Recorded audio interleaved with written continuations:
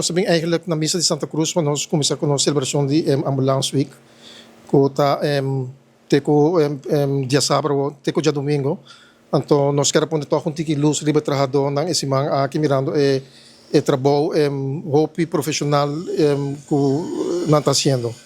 Nós temos hersen mas para trabajador nang também nós temos mini symposium limitado dia também com diferente tópico. Nós também temos wega de laser tag, nós também temos dia domingo nós serele com barbecue para trabajador nang. Então temos visa com riba dia sábado, nós temos algo especial para nós muito nang kuta nós temos ambulance experience day para muito. Sa kita baita na YMCA Dakota.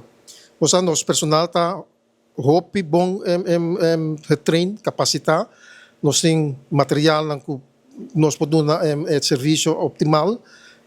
Claramente com hopi viaja bo quer mais coisas, pero atrobe vai junto com o desenvolvimento ng também riba bo isla, também por assim não. Guardando assim normal, dus atividade a pessoa não está trabalhando, logicamente se não está trabalhando também passa o pero nós está recover tudo guarda não está seguir drive normalmente 24/7.